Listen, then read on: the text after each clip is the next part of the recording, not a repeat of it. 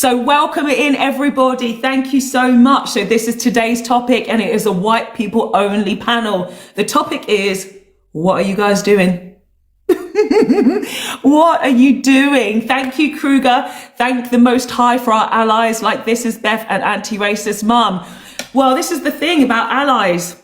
You know, for the rest of the world, for the global majority, we have to be more careful now than ever.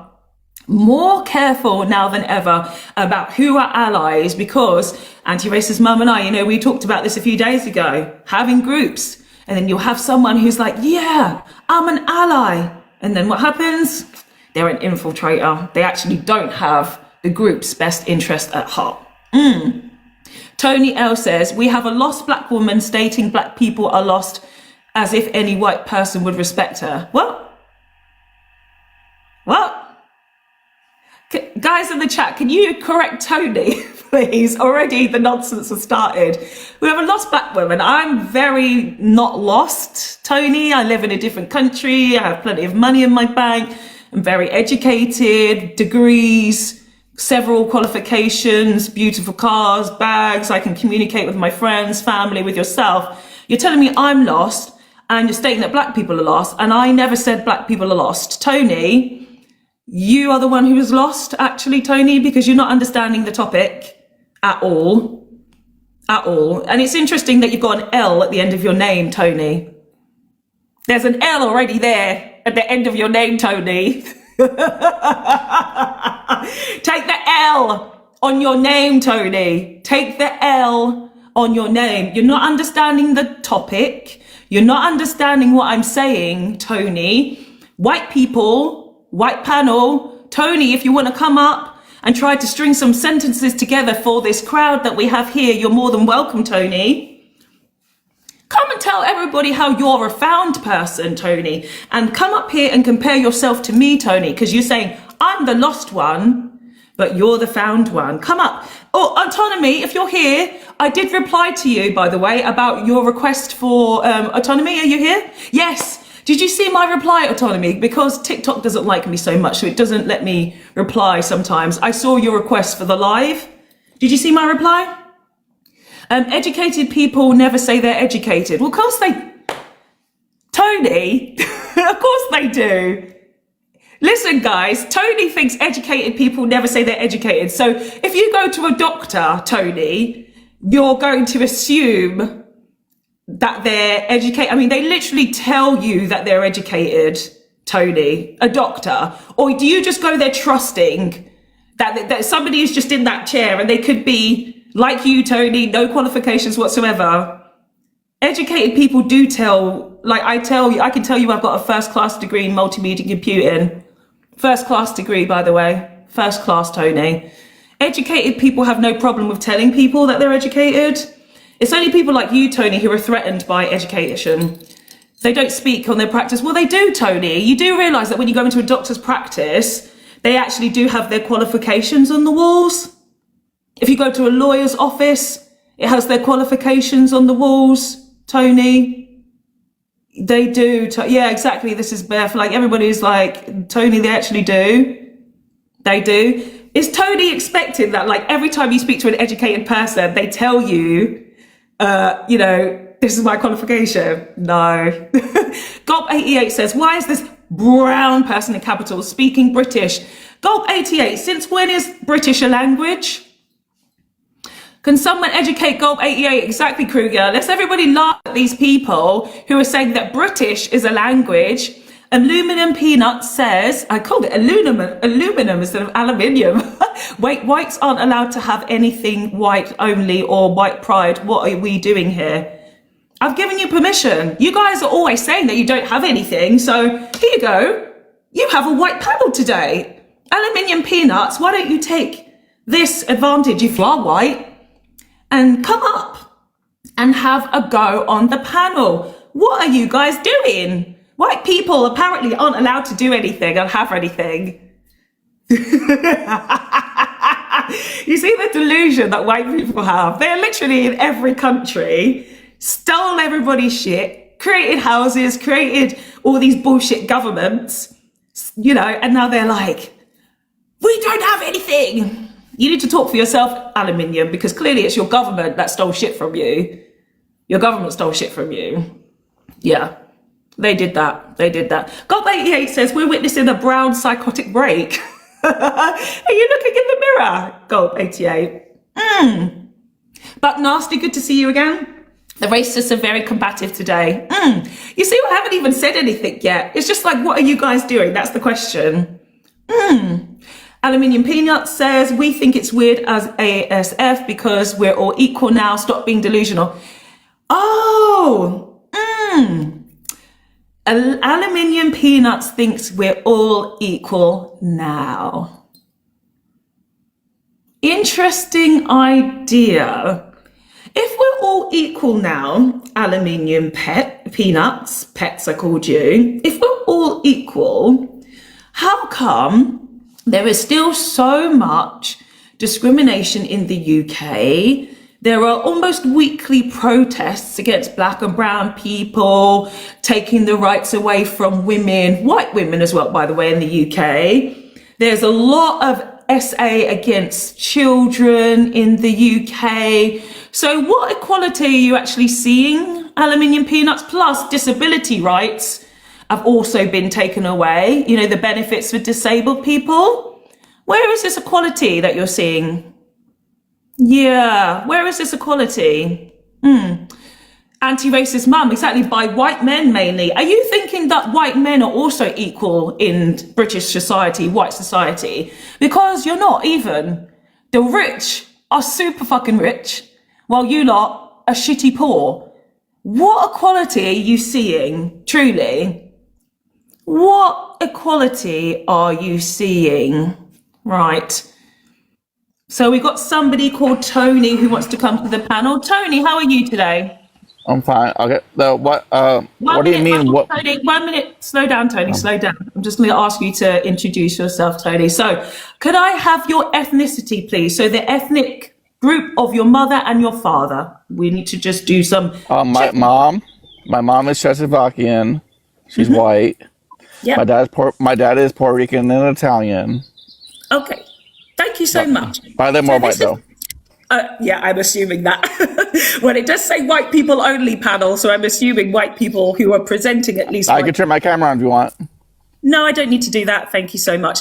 Okay, so this is the question today. What are you guys doing? So what made you actually come to panel today, Tony? I want to know what do you mean on what? Like the Trump thing, ICE, which one? What topic? Whatever you want to talk about. Whatever you would like to talk about. I think we get a lot of hate and we get a lot of double standards that we're blamed for everything. Do you know what I mean? Do you want to elaborate? We're the only SAers. We're the only violent people. We're the only racists. We're the only cops. We're the only managers. We're the only ones in government. Whoever says you're the only ones? Whoever said that? Your race? So, Tony, what white people do sometimes is sometimes you kind of like have certain conversations in your head that actually don't exist. Everybody knows that you're not the only race that's doing it. That's what they say, though. But no, they don't say that, Tony. They say it's the majority of white, which we know because it has been across 7 continents, Tony. 7 continents. Yeah, It's the majority. You're the majority. That's why we end up talking about white people. Yeah, but then you guys don't want me to get. You guys don't want us to talk about you guys. So why have there double standards? And there's double standarding and dating too. And they're dating too. Tony, are you aware of how you even got to the United States? Well, my great grandpa. I am Czechoslovakian. I am from Europe. My great grandpa, not from the United States. My bad, that was my mistake. So, but are you aware that you are aware of how white people got to other different continents, right, outside of Europe? Yes, I am aware. Yeah, so then why would we not be talking about that? Because the black people say that we shouldn't talk about them, they shouldn't talk about us. Tony, have you read a history book ever? In high school? So, how old are you? I just turned 40. You just turned 40. I'm 42, so we're kind of the same age, right? We're similar ages. The fact of the matter is that white people, and if I have to explain history to you, it's quite sad. Because white people, you are the peoples that went all the way around the world. You infiltrated every single race, almost every single country. The British themselves invaded 171 countries out of 195, Tony. You are the ones who went and introduced yourselves using pew-pews and grape and murder and all these terrible things, right? And so we've had to talk about you. We didn't know you even existed beforehand. We didn't know you existed. You came and that's how you introduced yourself to the rest of the world. So now we have to talk about you and the things that you have done to the rest of the world. Not They're just still black doing that in people. dating. Tony, you're only focusing on black people because I'm the black person that you're talking to right now. You're not talking about Indian people. You're not talking about Bangladeshis. You're not talking about Pakistanis, which were one country, by the way, before white people got I there. can? Before the British got there. Yeah, if you want to talk, there's every single race you can talk about. Because we're all talking about you because you came, as I said, to introduce yourself to us. Well, I can talk about Arabic people if you want me to. Well, again, you introduce yourself to the Arabic people. But the question is, what are you guys doing? This is the topic today. So you're trying to say that we shouldn't talk about you because you talk about, or you don't think you talk about us? Because we get talked about 24/7. So you're fed up of us talking about what you do? For You're fed- 5 years now. So Then you're you tired. have You're tired. You're tired you of have- being the topic of conversation. then I seen videos from BLK ladies, not the men, BLK ladies. White people need to mind their own business. Okay, well then why don't you guys mind your own Do you know what, business? Tony? You know you can, like, where are you seeing these videos? Are you seeking out On these here. videos? On here? Yes, on Yeah, TikTok. so you know you choose the algorithm, right, Tony? You know you can block all this. If you don't want to see it, you can block it. Why are you watching it if it upsets you so much? And the dating thing too. The dating thing is the way double standards. Way Hold double on, standards for dating. are you trying to date black women? That's why you're in these spaces. You're seeing only black women on your algorithm, right?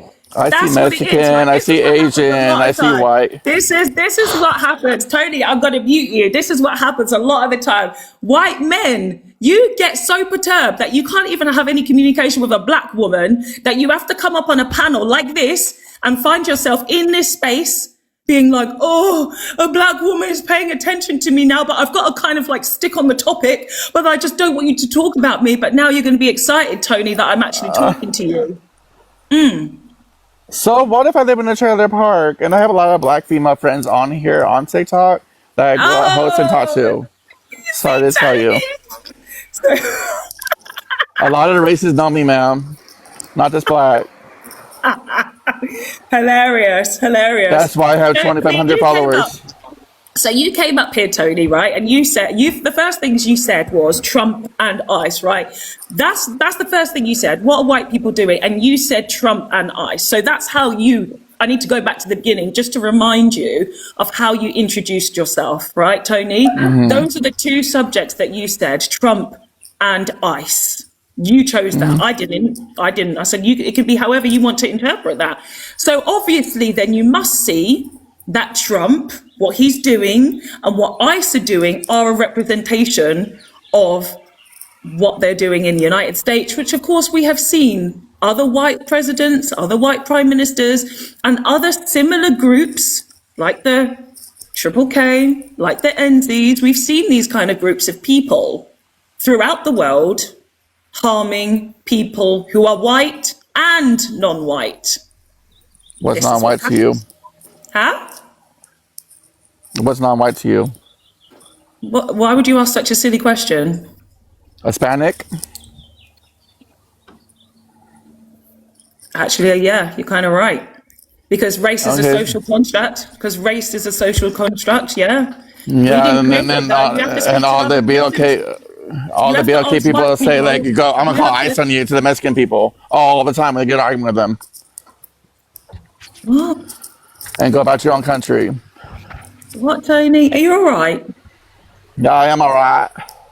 I'm not sure if you are. I'm not sure if I you am are. alright. So when it comes to race, let's pick up on that one part right there that you said about Spanish people. We didn't create race, white people did, and they decided that Spanish were white. They did that, okay? We didn't decide that, and the Spanish people at the time also agreed that they were white because they could have the privilege of being white. So then when they did their invasions, Okay, no, hold on. I'm tired of that. I'm tired. I'm tired. and when they started to colonize, Tony, they were very happy to be white. They were very happy to be white. Only now that all the karma is coming back to all of these Western European countries, are they like, oh, do you know what? I'm not white. I'm like a bit spicy white. They're trying to say now, right? I'm spicy white. I'm a bit browny white. I'm not really white. So whiteness was working to them very, very well until now. Very well. Okay, so yeah, I do have special needs, but I'm having a normal conversation with her, right? I am I don't autistic. know Is there a what you're problem? not. Look, Tony, if you can't pay attention to what I'm talking to on the panel, then I will drop you down, because if you're looking at the comments, you're not paying attention to what you're up here I for. don't 'Cause like people otherwise- talking bad about me in the comments, though. Well, then So you can that's go why. to the comments then. Go and have your words in the comments. Thank you, Tony. Right, we've got also now the political guy. Hello there. Could you let me know the ethnicity of your mother and the ethnicity of your father, please? Yep, they're both white. Ethnicity, not race, please. Shit. I don't know. I think my dad might be a mutt. I don't really know what he is, to be honest. My mom's German though. So you're not connected to your father? Oh no, I don't know what his ethnicity is. Okay. I mean, I think maybe that's something you need to unpack in therapy then. Okay, so Why but your does it mother's German. matter? Okay. Well, I need to just check your ethnicity because this is a white people only panel. Yeah, I'm white. Like I'm my skin color's white. I'm white and proud. Okay. So this is the question today. What are you guys doing? How do you interpret that question? All right, now I got my feet up. I'm TV on in the background. I'm just chilling. That's what I'm doing. Okay. In the chat, they want to know how old you are. How old are you? Yeah, I'm 22. 22. So what's the reason why you decided to come to panel today? What prompted you? I just saw this. You were speaking out some misinformation, so I figured to come up and correct you on that. Okay. What would you like to correct me on? You said whites were the majority of the population. It's false. We only make up didn't say that. 750 million. Well, yeah, you No, did. I didn't. You said that a couple minutes ago. Yeah, you said whites are not a minority in this world. You said they're majority. Excuse Yeah, me, those are the guys, did exact I say words. that? In the chat, did I say that the... Did I say that? Yeah, you need to listen better. Let me repeat what I actually said, political. I said you do the Yep. majority of crimes throughout the world. I didn't say you're a majority people. You are a minority. You're only like 7% of the world, but you do the majority, and that's very much shown through history of the problems. And what statistics? Because I mean, I don't think they're pulling statistics up from a third world country. Sure, I can tell you. So if you talk about, hold on, I don't know if I can be able to get it off this question. Excuse me, young man. Excuse me, young man. So you Hey, I know asked your me banana didn't peel right, you but that's asked no me- reason to you be asked angry with for me, these all right? Statistics, okay? You asked me for these statistics. So what we don't do is ask a question and then be like, oh yeah. You ask me a question. And Listen, let me answer it for you. get your banana Let me peeled and answer it move for on. you. Come on. Let me answer your it for banana- you. Let me, if you You're want to chimping hear out. the answer, which Come on. you should, relax yourself. Relax. Why are you chimping out? Okay, so Why are you chimping out? You try. Why are you chimping out? Your big lips are flapping, but nothing's coming Look out. at these stupid little young boys. See the full-on racists come out. Yeah, he's just done. Thank you so much. Thank you. Yeah, he's gone. Okay, so for those people who actually, thank you very much. Thank you very much in the chat, guys. Yeah, he was dropped. I heard that one. So when white people say we weren't the worst, what happens? We have to get facts out. These are the facts, okay? The aggregated totals for what the Europeans did to the world. If we stop treating these isolated incidents and look at the global impact of European expansion and internal conflict, the numbers are staggering. British Empire, India, 100 million to 165 million excess deaths. So this is it here, right? I'm reading it from here. Excess deaths due to economic policy failure from 1880 to 1920. That already is 100, thank you guys, 100 to 165 million. The next one is the colonization of the Americas. 55 million to 60 million gone. The Great Dying from 1492 to 1600, while much of it was disease, it was precipitated by Spanish, Portuguese, British, French invasion and forced labour.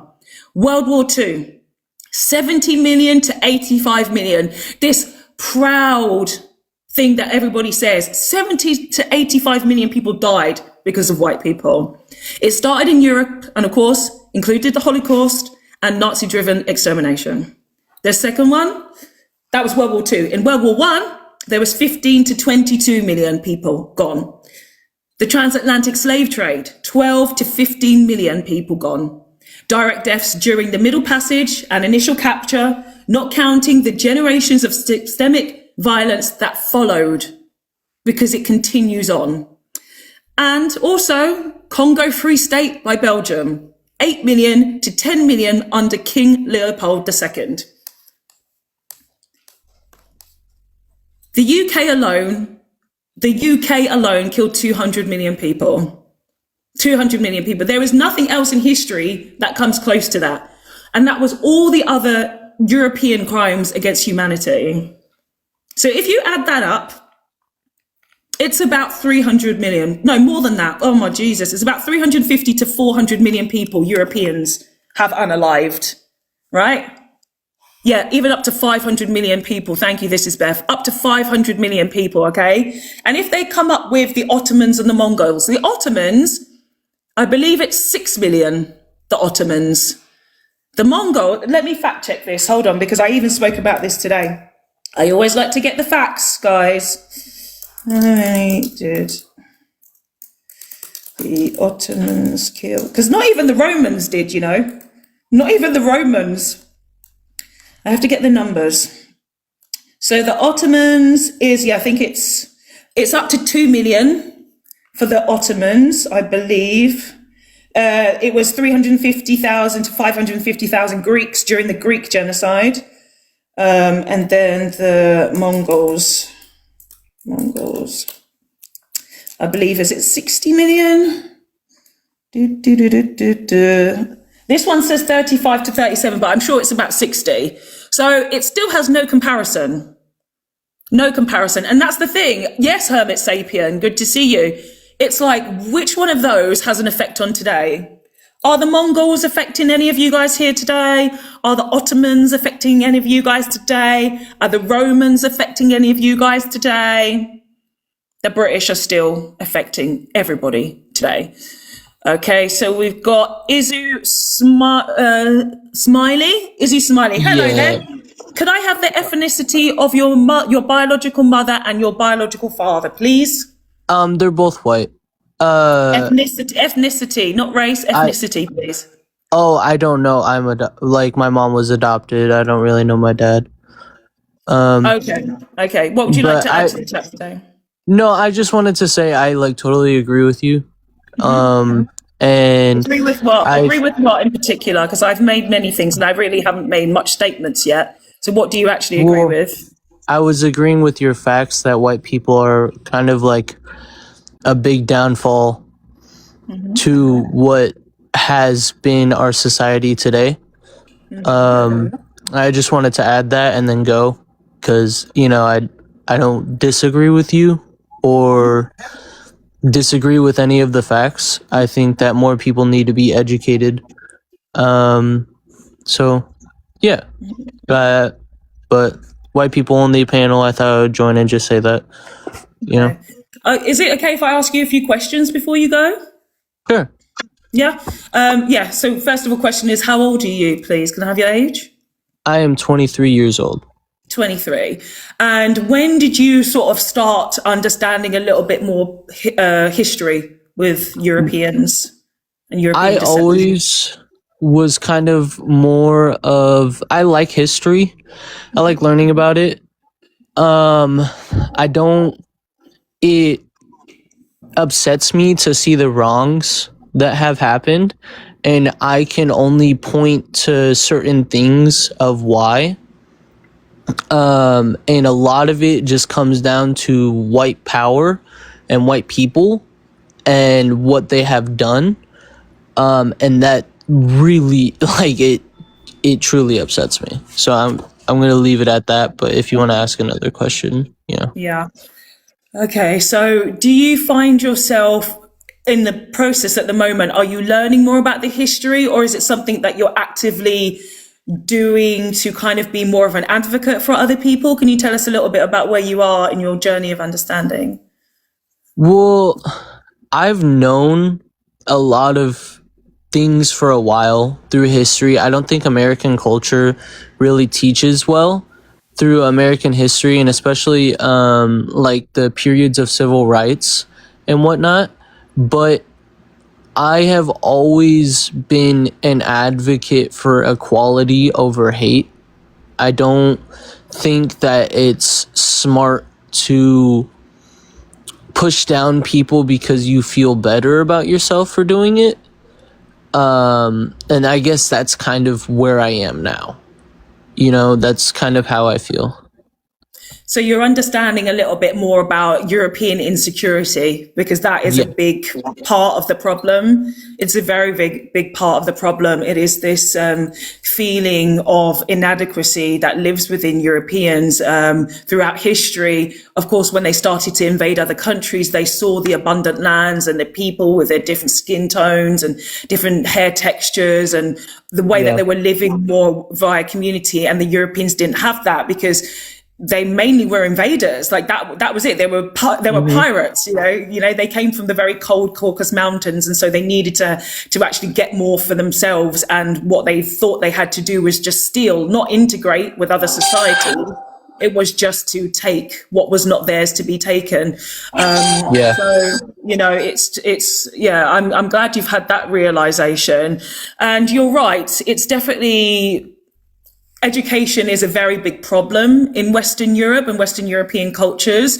And that we all, by the way, we all have to do decolonization. Black people, brown people, white people, Asian people, you know, everybody has to do decolonization. So we understand what world we're trying to move into, one where it is more integrated and it is more accepted that people are different, but we're also the same as well. We've got a lot more in common.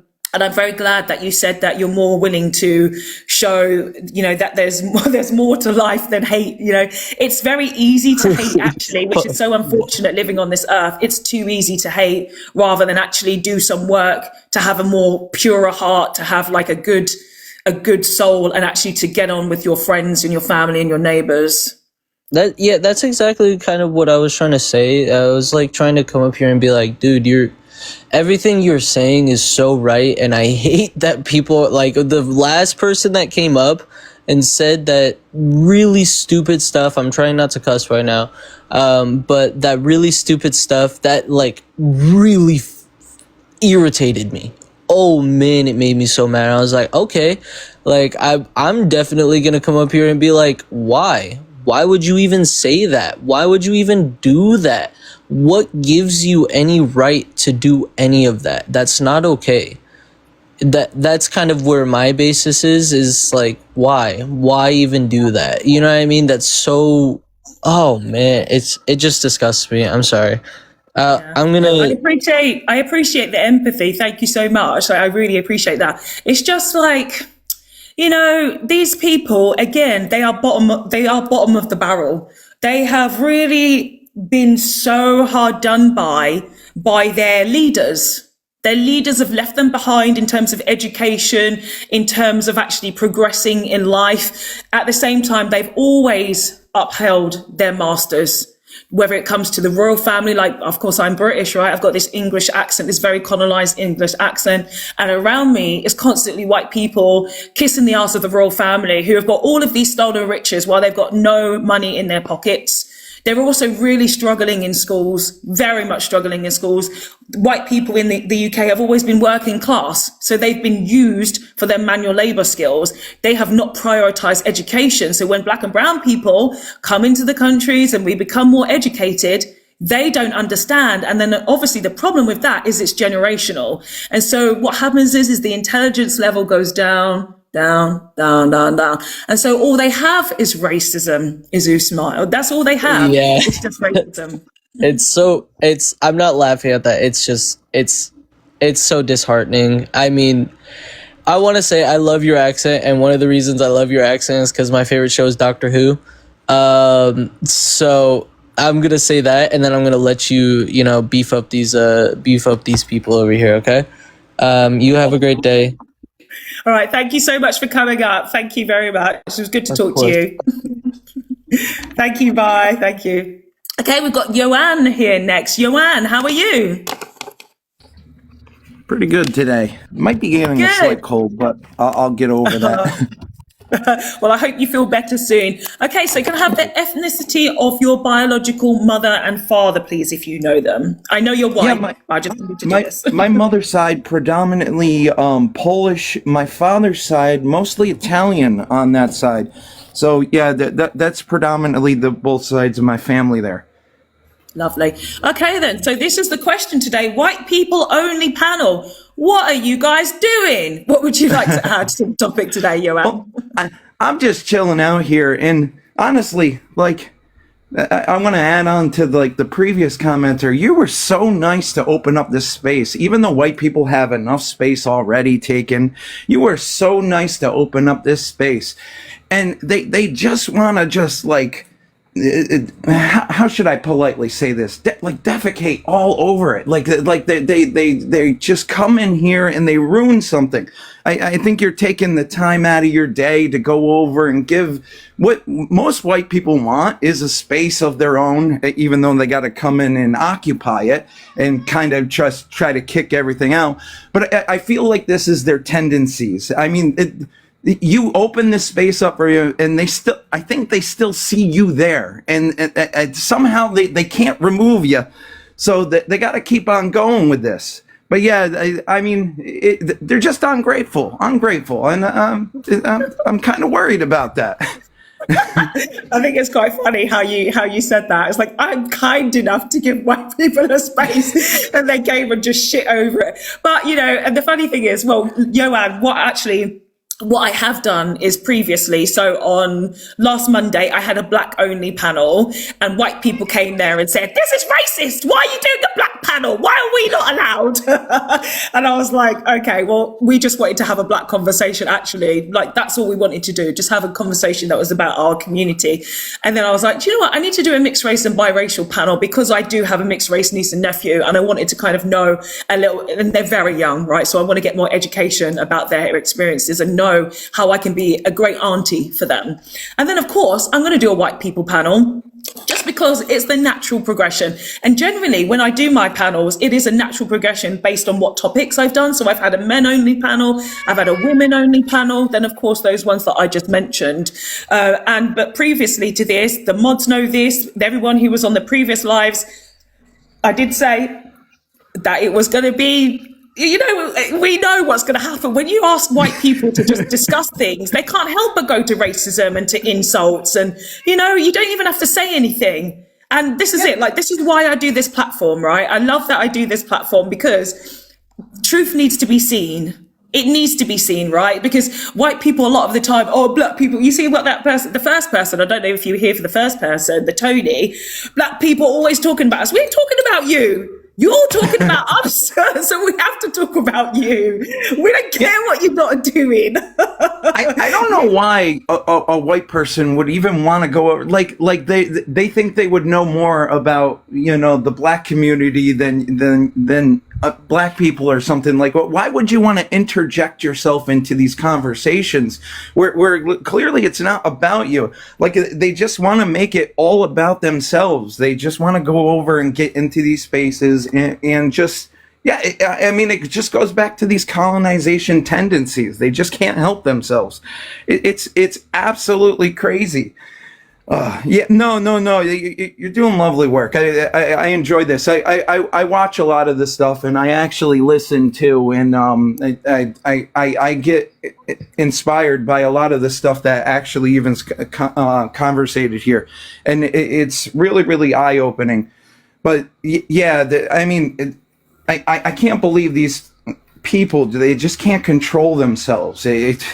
I really wish they could even just turn on their cameras sometimes too, because I wonder if they actually even say this stuff in public.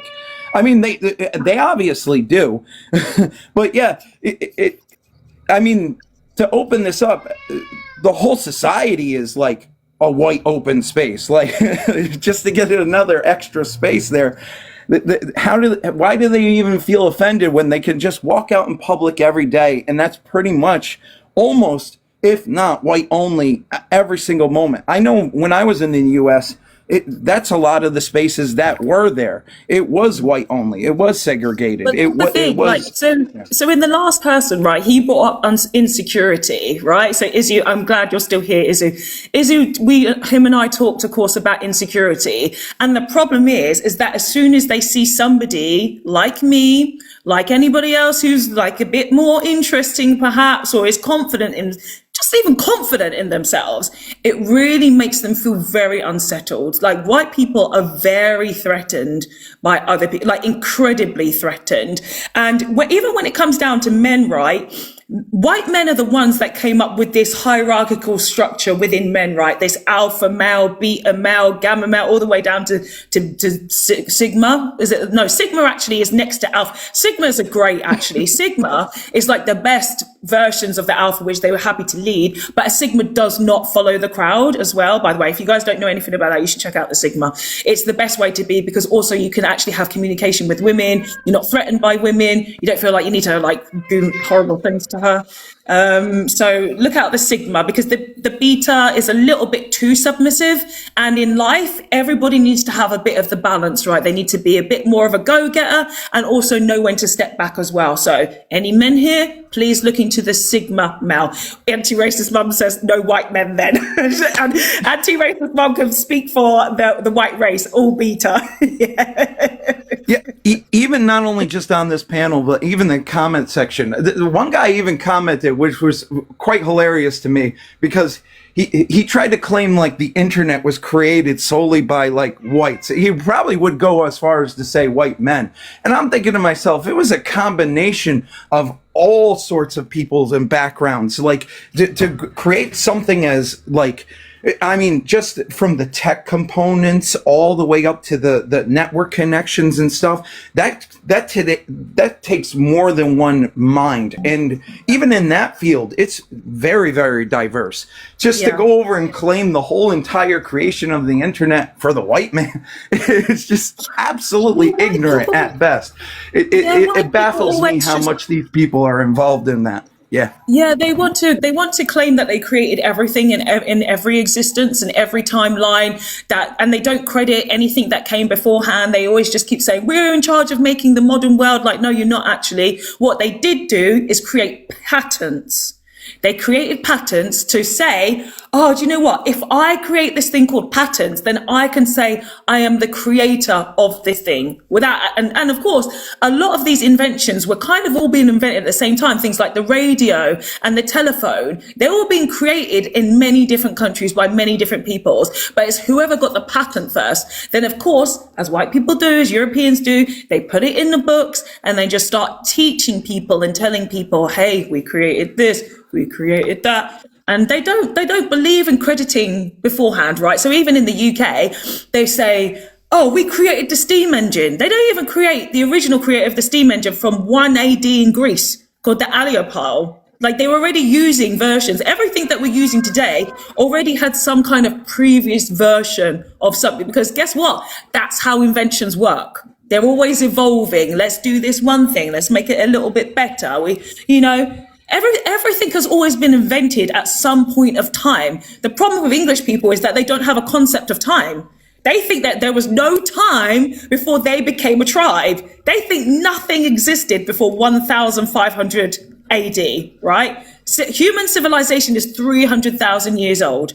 They believe that everything started as soon as they became the Anglo-Saxon tribe. Absolutely. That's a level of arrogance which is wild. Yeah, even as a white tea person myself, I can't understand it. I don't even know anymore. But you know what?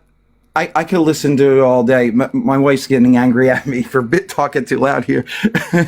It's actually like 1:30 in the at PM, AM at night here, but I got to drop down. Sorry, but you keep doing the work there, right there. I love your lives. You come on so late at night for me, but I really love them so much. I'm gonna drop down. Thank you. Thank you, Joanne. Thank you for coming by. And your poor kitty, give the cat some love as well, and say sorry to your wife. Okay, I'll do that. Thank you. Take care. Good night. Sleep well. Okay, now we've got Michael on the panel next. Michael the Sage, how are you today? I'm good. How are you? I am very well, thank you. Could I please have the ethnicity, the ethnic background of your biological mother and father, if you know them, please? Yes, my father's side of the family comes from Ireland and my mother's side comes from Scotland. Okay, lovely. So what would you like to add to the topic today? This is a white people only panel. The question is, what are you guys doing? So of course, it is open to interpretation on how you like to see this question. What are you guys doing, Michael? I think we're ultimately acting from a place of insecurity and, you know, an inner knowledge of inferiority, regardless of whether or not we admit it out loud. We have tactics that we use to cover up the truth, but it comes out in our behavior and in the ways we interact with other people. And, you know, I the first exposure I had to you was on that, the reaction you did to the wimpy white boy video that Miss Mayday did. So, and that, you know, learning about that phenomenon within the medical community was pretty shocking. I had never heard of that before. And it was, and you know, knowing that white male babies, for whatever reason, have the highest mortality rate of all infants was a pretty sobering realization for me. And I don't like talking about, you know, infants of any race dying, because, you know, children are innocent, and I don't like, you know, the idea of children dying, but it's a reality nonetheless, and it kind of does make you wonder why that is. I guess I suppose that BLK people are superior above all other races and ethnicities, and I think YT people are the most inferior of all the races, and that comes from a whole plethora of evidence and history and reasoning I could go into, but I could go on until this time next year about that topic. Did you want to jump in now and ask me? Yes, to say I something? do. Yes, so some of the people here know what I do on the side. Well, not even the side, but I've lived many lives, Michael, many lives. And one of my lives is I'm a dominatrix. And a lot of my customers actually come to me for black female supremacy because they say exactly what you say, which are black people are superior. We're the keepers of knowledge. We're naturally more confident, etc., etc., etc. This is the first time on this public live, on this civilian live, that I've had somebody admit that, right? This is the first time, and I've been doing these lives for about a year and a half now. You are the first person to come to this space and admit that publicly. And I'm glad you have, because generally what I do is I do talk about some things that I do in a dominatrix space, which is the majority are white men that come for this, they know this inferior complex that they have, they know they're inferior, and they come to a superior black woman.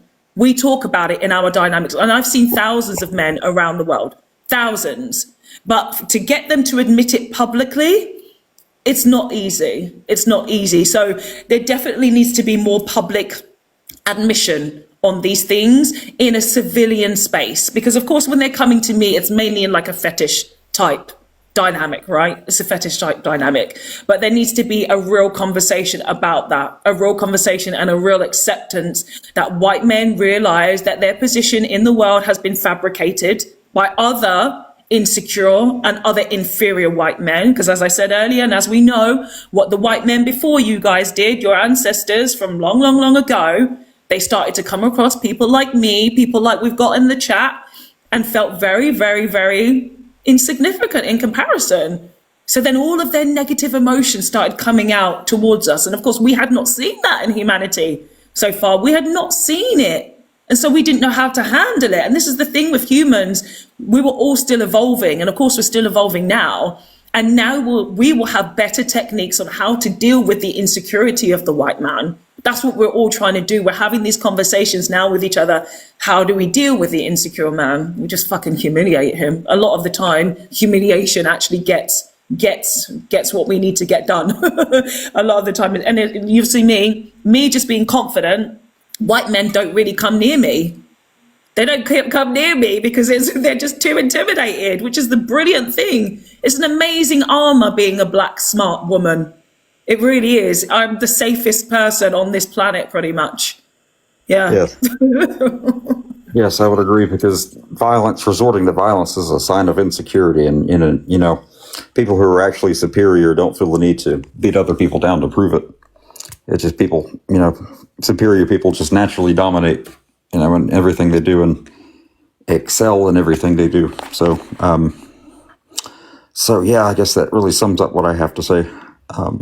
Thank you so much, Michael, for coming to panel. Thank you for voicing what we know. It is appreciated. And I hope you have a lovely morning, afternoon, evening, wherever you are. You're in the US, right? So it's what, afternoon time? No, sometime? I am from the US, but I live in Germany at the moment. Oh, you're in German time. So you are evening still. You're in the evening. Yeah. Yes. Lovely. Thank you so much for coming by, Michael. It was lovely to speak to you. Yeah, nice to speak to you too. Thank you for having me. All right, take care now. Thank you. Okay, so now we've got Doc Afro on the panel. Doc Afro, how are you today?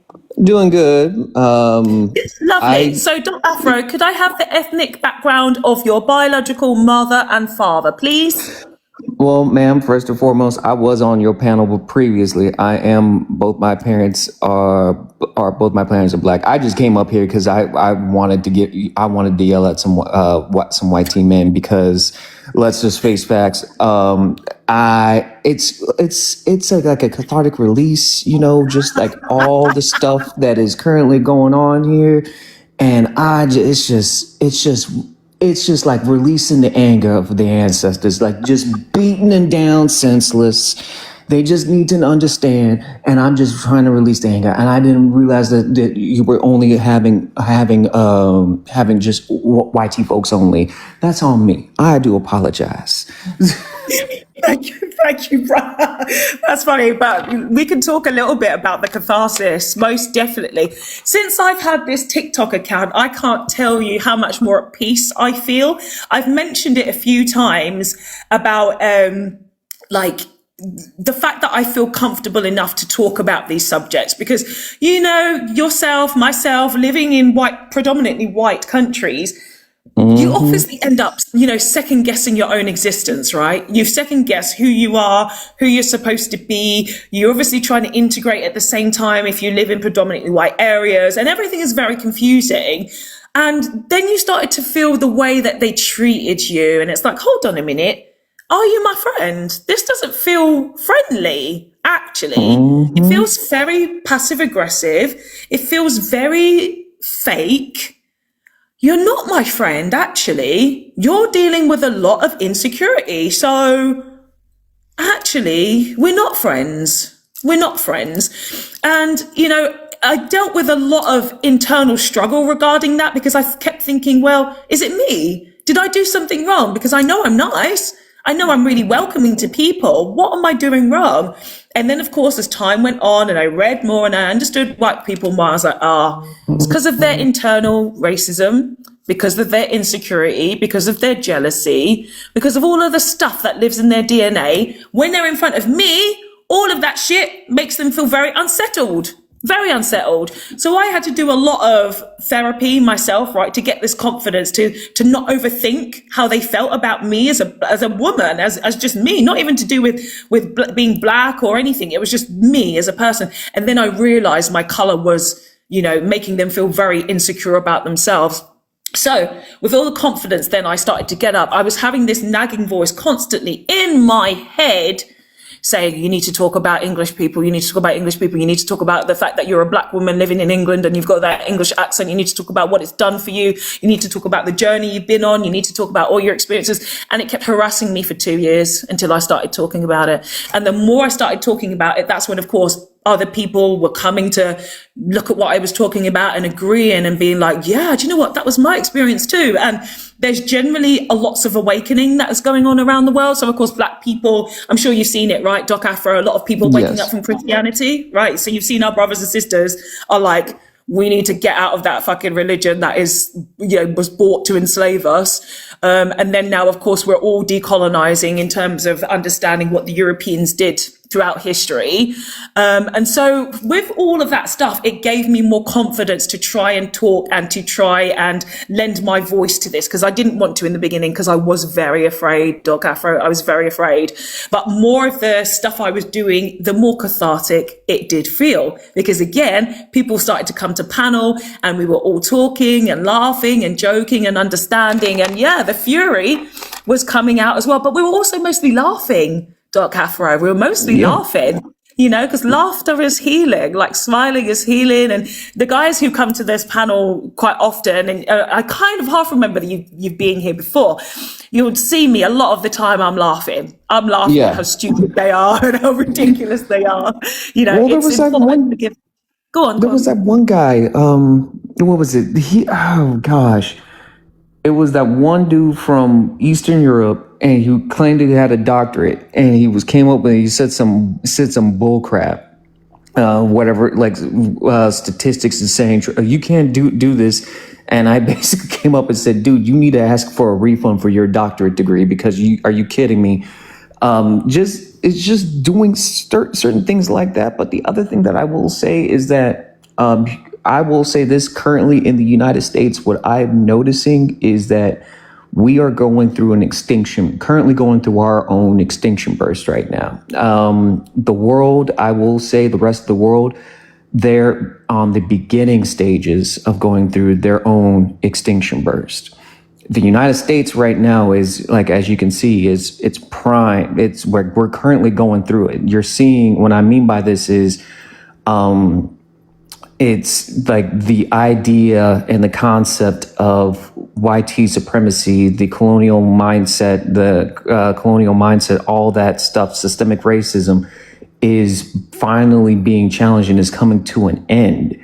And you're seeing that mediocrity, that self-centeredness, that narcissism is basically being challenged and is going away. And you're seeing basically that like right now, we have a mediocre ass dictator that doesn't know what the hell he's doing, and is making a fool out of himself in front of the entire world. All of our white folks here are pissed off that a black man did everything better than they did. And that's the sad reality, because you have to understand the poor white folks here. They always believed, even though that they were getting taken advantage of, they always believed that they were better than black folks. That didn't matter. Someone said something amazing the other day on my panel, right? Which is like what you've said, but the way that they phrased it was great. So of course, Donald Trump is literally showing the whitest of white, right? In terms of how white you would be, Donald Trump is like at the very end of it, right? Him and Elon Musk are like the ultimate white guy, right? Exactly. They're PDF files. They hurt women. They're racist. This is like the epitome. This is the definition of white man. Really, it's the definition of white man. And someone on my panel last week said the reason why a lot of Trump voters are upset at Donald Trump is because he exposed them too fast. Right? He literally exposed all of these MAGA voters for being racist. And they're like, hold on, we're not ready to be outed like that yet.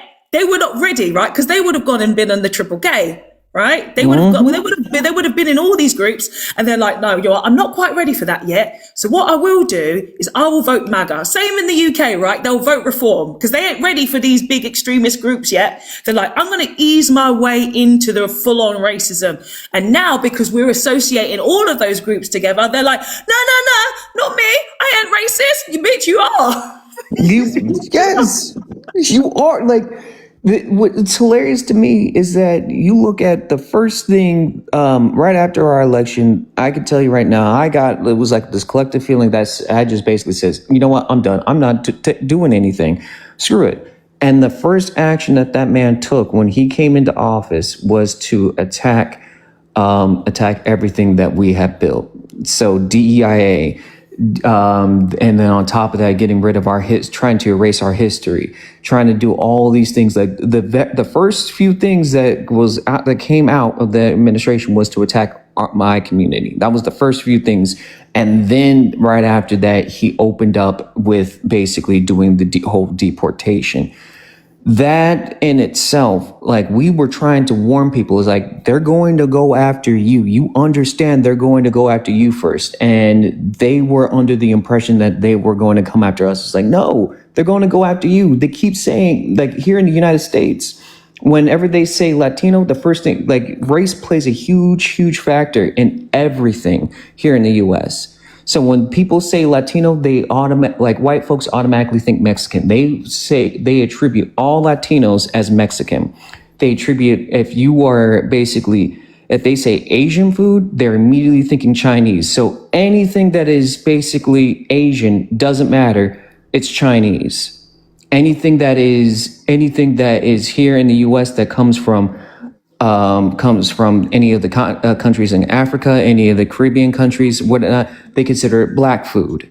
They like when I say, like, they view things based off of skin color here and race. They are very race oriented and have that mindset here. And we tried telling people, like, hey, don't interfere in our elections all too much. Don't say, because you're giving them ammunition for them to basically prove, like, basically their confirmation bias.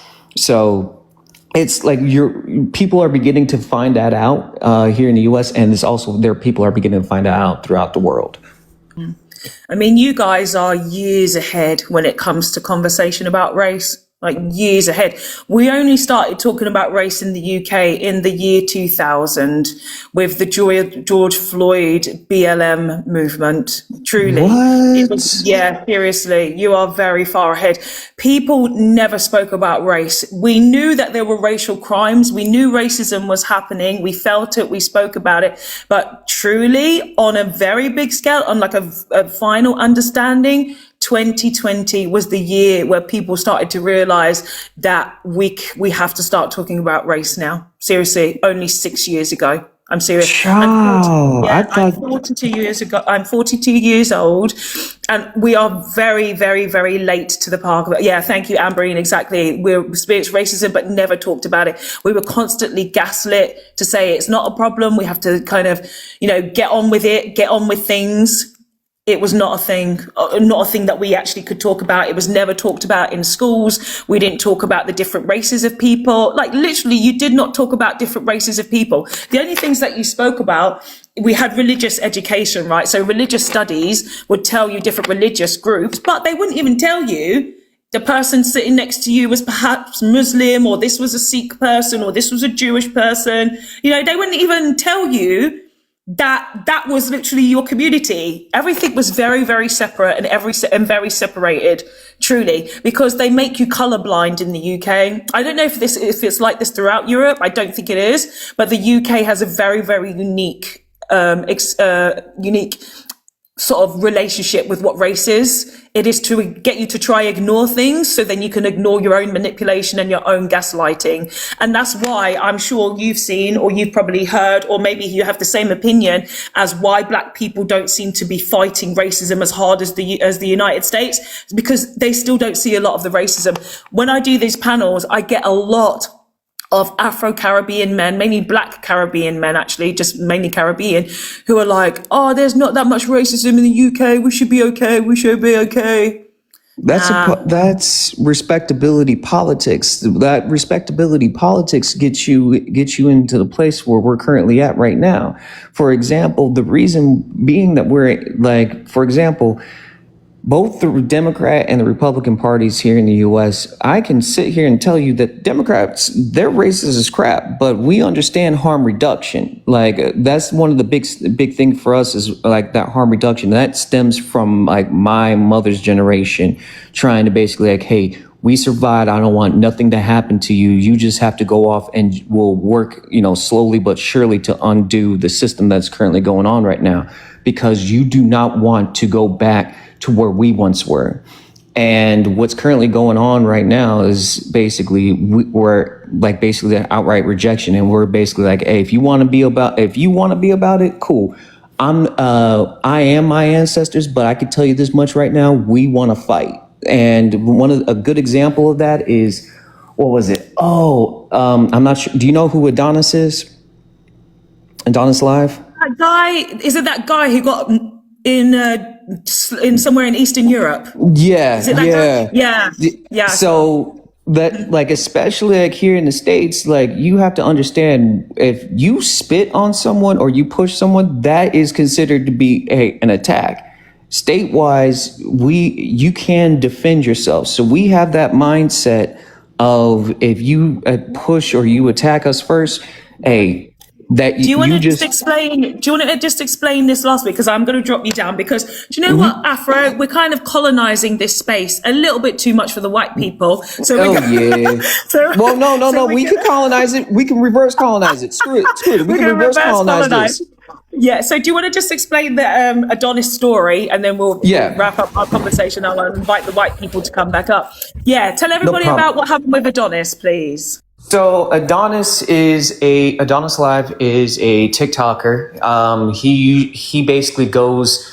It's primarily, when I first saw him, he was primarily in the UK, and then occasionally went to France, but he was in Eastern Europe at the time, and he was doing street interviews, basically trying to show, basically ask questions, so on and so forth, kind of like gotcha questions a little bit, but trying to show that, hey, Americans are not as dumb as you think that they are.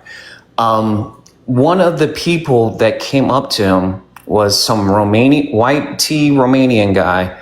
And he basically came up to him and was basically like, what are you doing here type deal? You're not in, you should respect me type ish. And Adonis told him to back away. Hey, I'm not on that. Just back away. Just get out of my space. Leave me alone. What you have to understand about Black Americans, when we tell you, hey, leave me alone, don't do anything, that means that I'm letting you know I'm about to you up. I'm about to beat you like my ancestors. So what ended up happening is that he spit on him, and then Adonis reacted and was like, oh, okay, game on. And he threw a punch, knocked him out. This is all recorded on his live. You can go on TikTok and you can see that he was attacked first. For some odd reason, because how European laws are, you can't defend yourself. You're supposed to just sit there and take it. That's not how we do in the States. And so now the Romanians are basically pissed off. They're all wanting blood and the whole 9 yards, all this good stuff. But it's a bad PR for them. And I think that Romania is beginning to realize that it is bad PR, because that dude started it, Adonis finished it. So don't start none, won't be none.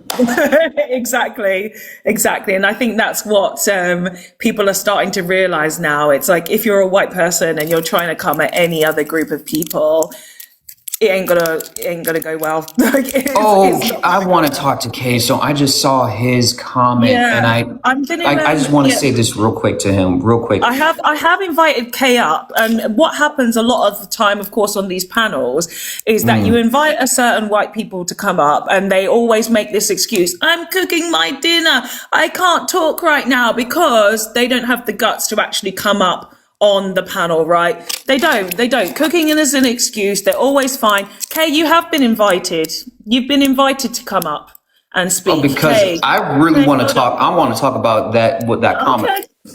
Okay, I haven't seen what Kay is talking in the chat. So because the mods are down there, I have not really looked at what's going on in the chat right now. But of course, Kay, you have been summoned for quite some time to actually come to panel. Can I have the ethnicity of your biological mother and father, please?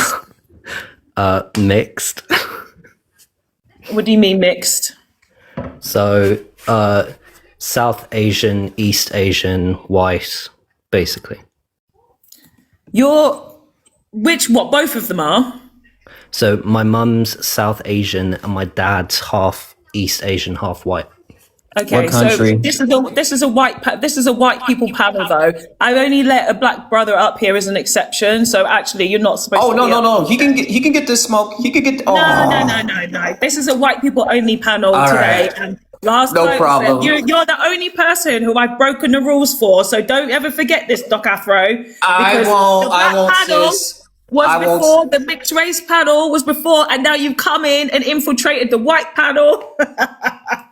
Yeah, you know what? You know what? Because like I said, I'm not going to do, because as you said in the panel, because like I said, people when you attack my community, things of that nature, you can get this smoke. Like when I say you all can get this smoke, you can get these hands, you can get these hands. Like You can go, do you want to go and talk some shit to him down in the comment section? Because I'll talk my shit. I'll do whatever, but it's dumb shit anyways. So, anywho, Fox, it's a pleasure as always. I'll probably be back again whenever you're hosting your lives. I'm gonna drop down to the panels, and you have a wonderful day, sis. Okay. Thank you. You too, brother. Good to talk to you again. Thank you so much. Okay, so then it seems that Kay is kind of like we call him a coconut, right? He's a bit of a coconut because people thought he was a white guy, but he ain't a white guy. He ain't. So he's doing the work of white narcissism. I have not been seeing a lot of the comments, guys, because of course I am focusing on whoever's coming to panel. But it seems like Tony L, with the L on the end of his name, is back as well. So again, these people are so funny. So he says, if you understand BA history, white only itself is an insult. So Tony, I create a space for you and you're insulted by the fact that you have a space for yourself. I don't understand. White people were crying on the black only panel last Monday. Why are white people not allowed to speak? You got a white people only panel and now you're complaining.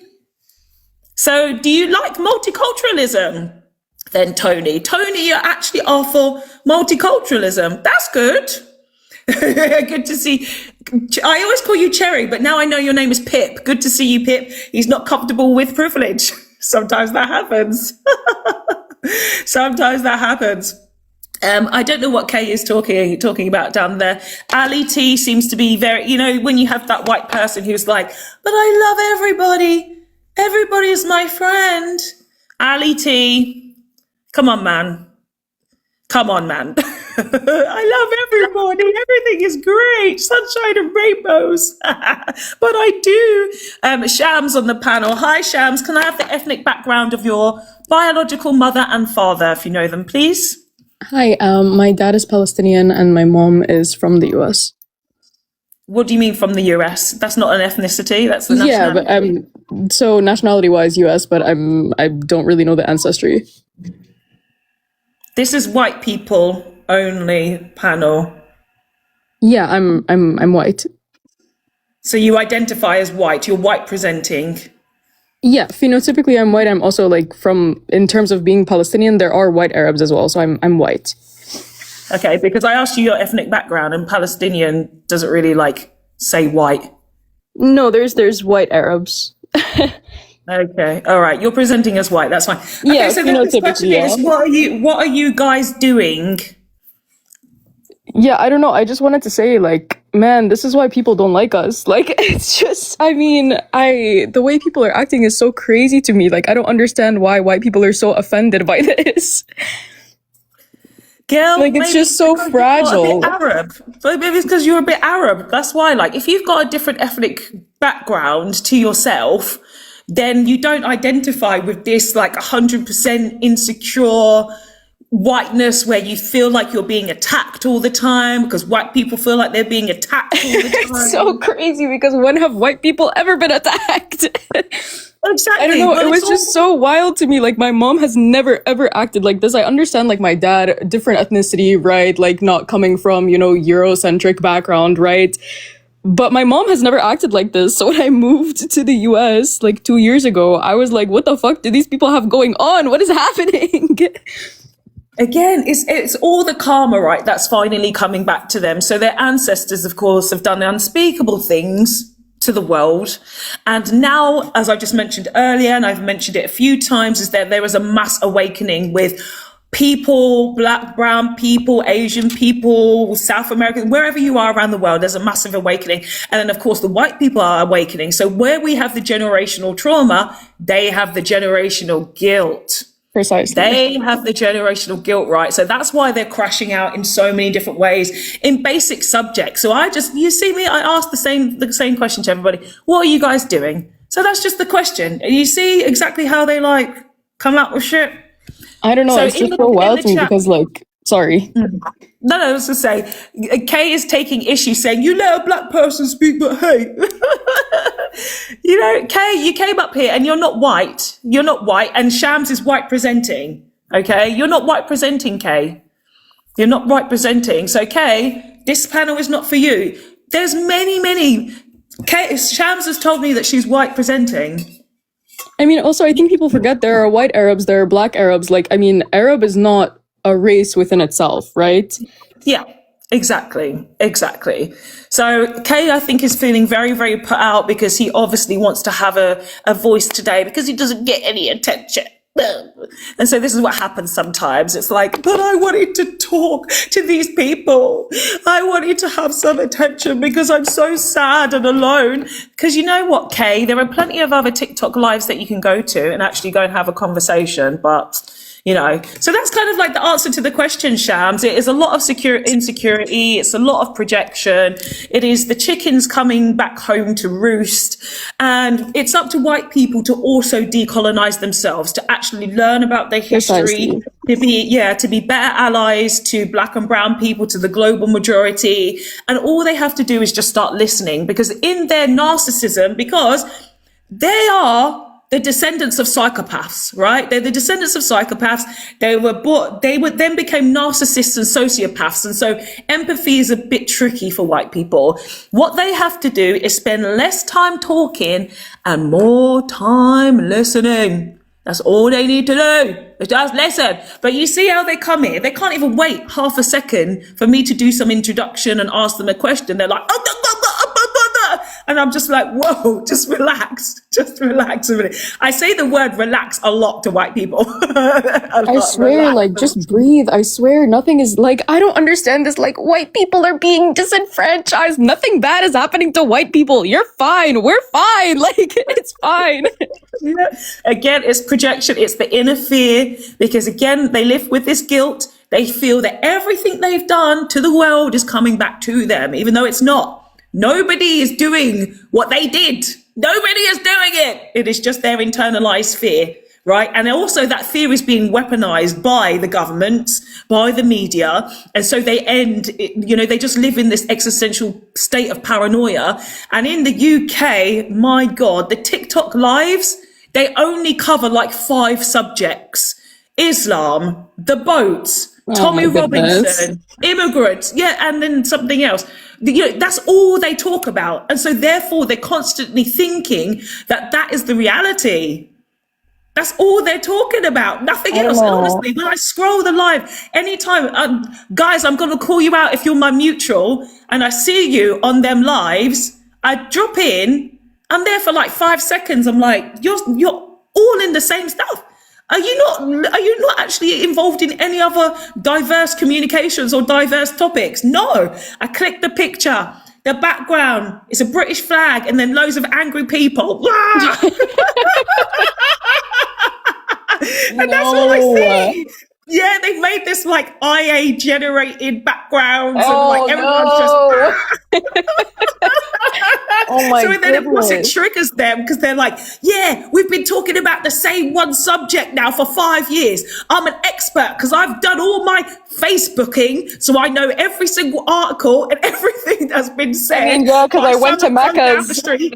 Literally, because I went to Mecca's and all of the workers were migrants, and now I'm mad about it. Like, Yeah, that's literally it. So again, they go to the workplace, and now when they sit next to their black and brown colleague. They're suddenly like typing more angry than they used to be because they know the person next to them is probably getting paid more as well. So then they're just like hammering the keys on the keyboard, or if they're working on like building sites, they're slamming the van door harder than usual. You know? Oh my goodness. So yeah, they are being turned against the ethnic minorities, the global majority, actually. I don't call them ethnic minorities because white people get to be white everywhere.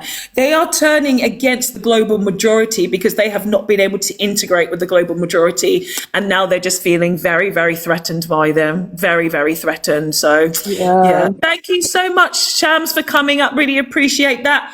Yeah, you're Arab white, so you don't really count. It's mainly like the Europeans are the ones, the Western Europeans. Well, I'm 50%. My friends like to call me half colonizer, half colonized, so. Yeah, that's a mix, man. When you're half colonized and half colonizer, that's some real mental health work you got to do there as well. Precisely. Yep. Anyway, have a nice day. And you too, thank you so much for coming up. Thank you. Okay, we've got now baby Samantha next on the panel. Baby Samantha, how are you? Hello, I'm good. Samantha. How are you? I'm good, thank you. Can I have the ethnic background of both of your biological parents, if you know them, please? So my dad is black and my mom is white. So I don't know if The mix. Yeah, the biracial panel was actually last Friday, unfortunately. So you did miss it. So please, I am going to drop you down into the comment section. But thank you so much for coming up anyway. So please do leave any comment down there. Yeah, thank you, and you too. Thank you. Okay, so now we've got Northrop Northrop on the panel. Grumman. Yeah, Grumman. Yeah, it's a company. Okay. It's funny. Oh, okay. Yeah. Thank you. Can I have the ethnicity of your biological mother and father, if you know them, please? White and white. Ethnic background, not the race, the ethnicity. So, I mean, it's Neapolitan, so it's like Italian, but from the south. Both of them are from there? Yep. Okay, thank you so much. Okay, so this is the topic today. White people only panel. What are you guys doing? What would you like to add to the chat today? Oh, as a white guy, I'm currently playing War Thunder. I don't know if you know it. It's a nice game. No. With planes and tanks and warships. I think you should is join it me fun? playing it. This does it's not very nice sound like my idea of fun, I'm afraid. It doesn't sound fun to me. It's an amazing game. I'm trying the Swedish jet. I'm a 42-year-old woman who is very fond of money. If there's any kind There's of like a lot of money old that guys playing this game too. Do they have money? It's I don't know. I haven't asked people. Yeah, this is not interesting to me. Interesting at all. Sounds a bit classist to me though. Oh, well, I don't care. I literally don't care. Yeah, like, money is important in the world. Money is very important in the world. So, yeah, I feel like the conversation has kind of just gone down now. Maybe you're a bit lonely. Maybe you should go back to playing with your warship. I've just dropped you. Okay, thank you very much for coming up, though. So, bleh. Okay, Ant. We've got Ant on the panel today. Ant, can you unmute? Ant has gone as well. Ant has gone. So, guys, yes, I'm not interested in playing warships with like a 20-year-old boy. I don't know if you were like 20 or something, Northrop. I have no idea. But yeah, I was not interested. So this is the conversation, guys. This is the white people. I actually dropped that person, by the way. I dropped them, but the second one, I have no idea.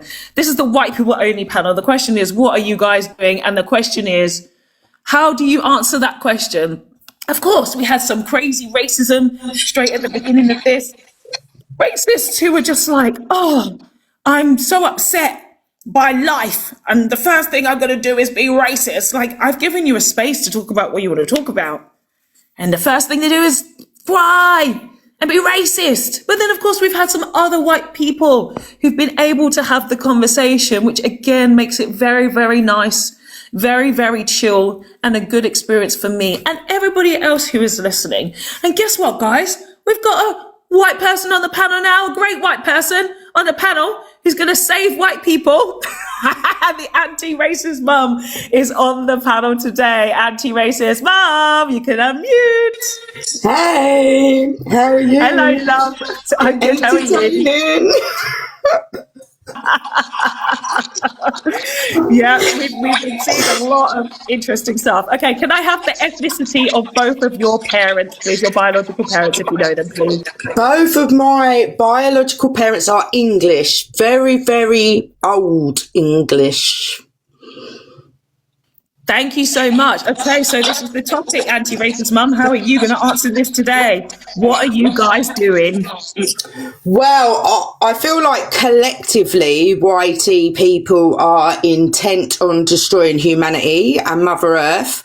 I feel like me individually, I am trying to help them relearn how to human, how to reconnect to their soul and learn how to be human again, because we appeared with this like generational psychopathy that we have experienced as a result of being descendants of colonizers, to have lost our ability to function as human beings collectively, and we've become rather individualistic and got caught up in the white narcissism, the ego, and we've got these absolutely atrocious YT men that are just diabolical, despicable, vile humans. I mean, pretty much, yeah. Pretty much. For those of you guys who know or don't know, anti-racist mum spends a lot of time dealing with the narcissistic behavior, the immature behavior, the underdeveloped behavior of white men. She works very hard to try and get them to understand their position in the world, to understand their privilege, and to help also decolonize their minds simultaneously. So the amount of patience that anti-racist mum has to have is on another planet. And then, of course, at the same time, I know that it is a very, very difficult job and very, very frustrating simultaneously. But as I always say, and as a lot of us always say, is like, I don't know anyone else is actually doing this work in the UK, which there needs to be a hell of a lot more. A hell of a lot more needs to be done regarding white people unpacking their racism, unpacking colonialism, unpacking the privilege, and understanding actually how do they treat their friends, family, neighbors, society. And that's not just in the UK, that's globally, because we've seen the same entitled behavior throughout the world, and it needs to be changed. It needs to be fixed. It needs to be fixed. Are there any kind of like new realizations, anti-racist mum, that you're kind of seeing, perhaps maybe this year, 2026, a new year? Have you seen any sort of shifts in, let's talk about men for the moment, any male mindsets? Have you seen any shifts? The men seem to be doubling down, actually. The narcissism seems to be getting worse. It's almost like the tango toddler and the psychopath of West Asia with their antics and, their little puppet politicians and the little TR and their like drivelly little man babies that follow them around are legitimizing the nonsense. But I have had some really interesting conversations with people, because like America catches a cold and we're a bit behind, and then we catch the cold and so-called Australia then follows. And so the descendants of the colonizers in so-called Australia are a bit more clued up to the fact that fascism is going to hit them really hard, because we're in fascism here and they're about to get it. So I've been having some really interesting conversations with like the descendants of the colonizers in so-called Australia, because this is a YT people, we're a toxic fungus. When we're still colonized, we're a toxic fungus that upholds the axis of evil through our layers layers of conditioning like an onion, and when we're not decolonizing ourselves, we're so harmful everywhere around the globe in this perpetual ignorance that and then, and our gut reactions, because our bodies hold so much of our innate conditioning, rather than YT people breathing, a lot of what I do is teach YT people to breathe before they respond to things, because our bodies respond. And you yourself will have heard them, the denial, the deflection, the dismissal, that what about, and utter nonsense, these programmed responses. So it's, I'm working, I suppose, with people in so-called Australia to develop a network over there as well to help the descendants of the colonisers to decolonise and stand with First Nations people. The land is sovereign, and there's, these horrible, awful corporations are forcibly removing First Nations peoples from their lands in the pursuit of profit, destroying the water, everything. And we're not, these wealth hoarding parasites, they don't care about actual working class humans around the globe. They literally care about their bank accounts. So it's imperative that the colonial mentality YT people around the world wake up and decolonize so we can unify with everyone else to overthrow the rot at the top. I think it's really, really important what you've just said there about white people having to learn to stand with. It is very important to learn how to stand with. Being Western white, let's say the Western Europeans, white Western Europeans, throughout your history, you've never known how to stand with. You've only known how to stand against and stand over people in their own lands. And then when people come to your land, the same thing. There is so much you have to do to be on the side of the global majority. And Anti-Racist Mum spends a lot of time with the First Nations people of Australia. She spends a lot of time understanding them. And she spent actually quite some time in the country as well, if I remember correctly. And it's very frustrating that there are still too many white people who think that they don't have a responsibility to try and change the present, to be able to change the future. It feels like a lot of them still are like, well, it's not my problem, not my fault, I don't have to do anything, whilst not actually realizing why their own country is falling apart. It's like they are not able to put together the dots to realize how they got to the place that they're in now and what they're actually supposed to be doing to move forward. Instead, it's just easier to be angry and to be upset and to wave the English flag around. This is so easy to do instead. I could just go down the street with Bob and Peter and Sally and we all look the same and we could just all hold this flag together and say, we're taking our country back. You don't even know who's got your fucking country. It's the same people that have had your country for a very long time, since the first invasion of the Anglo-Saxons. The rich people. Are you going to try and take it back from them? No, because you're too afraid to take it back from them. You've been subservient people since your inception. You are too afraid. You are easily manipulated. Hey guys, guess what? I'm going to say that you're going to be really amazing. And when you go to the front line of this war, you're going to feel like an absolute hero. But I'm not going to tell you at the same time that World War I is starting because I had a disagreement with my cousin. So what I will do is I will manipulate you as a man and as a boy, put this pew-pew in your hand and make you feel like a big man. Yeah? Sorry, I've just led millions of you to your unalivement. My bad. So how am I going to manipulate you next time for Second World War? Conscription. Yeah, I'm going to force you. I'm going to force you to now fight another war. I'm going to manipulate you and send even more millions of you to your death. But you're going to get a medal if some of you don't die. I'm going to give you a shiny piece of metal that you can wear on your chest here. Hey.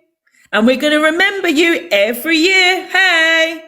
We're going to say, remember. No, that's bonfire night. We're going to say on November, whatever it is, and we're going to say there's a poppy there. And I'm going to make you feel like you did a really great thing for your country every year. Because guess what? I can manipulate you so easily. I can manipulate you and your children and your children's children so you can keep enlisting for these illegal wars. I can keep doing that. Because it's easy to manipulate you people. That's what your 1% constantly do to you. That's what your government always do to you. That's what your royal family always do to you. They make you feel special and important because where you're from is so poor because these people always been stealing shit from you. They try to make you feel important by putting your life on the line for them. All in pursuit of their profit. All in pursuit. Like I was reading something the other day, and it was like, we're so brainwashed into upholding the axis of evil, capitalism, patriarchy, and white narcissism, that we have not even ever questioned this axis of evil. We've been so passive. Like the French have revolted, and we've like been passively protesting where they allow us to protest. But we would actually be better off under feudalism as serfs because we would have kept everything that we produced and only given the landowner 10%. Now we're under a capitalist system where we sell our labor and they profit off of our labor. We're paid a pittance, and the difference goes into the back pockets of the greedy, parasitic, wealth hoarding predator class. That's exactly it. And I think what's really frustrating as well, and maybe not even frustrating, just stupid, is that I believe that there is no excuse that they don't know this. They don't know this. And we've said this before in another live, right? It's like some white people's hatred is just too strong. They more enjoy hating other people than actually doing things that would really benefit them. You know, they really get a kick out of it. It makes them feel alive. It makes them feel like there's something exciting in their life. Like I said, all of these angry TikTok lives that they've got here, especially in the UK algorithm, I'm sure it's going to be the same in the US. I'm sure it's going to be the same in Australia, same in Germany. Like they're really getting a kick out of these things, right? They're going to come on these apps pretty much every day, have the same conversations, feel the same negative emotions, and they feel comfortable in those emotions because it's literally connected to their DNA to feel this negative, to feel this hateful.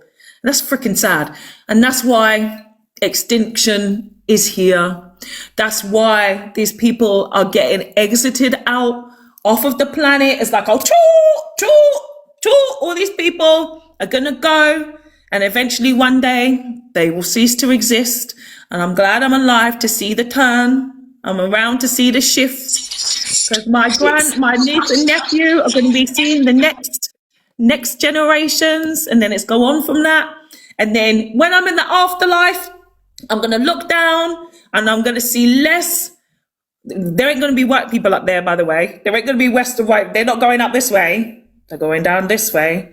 So when I'm up there and I'm looking down on the earth, I'm going to look at it how it was beautiful before all this bullshit. And I'm going to enjoy it. And from the other side, I'm going to send messages down to earth and say, well done, guys. You did really well. Yay. We reset the planet. Yay. Guess what? The white people went to hell. Yeah. Do you know what? I hope it.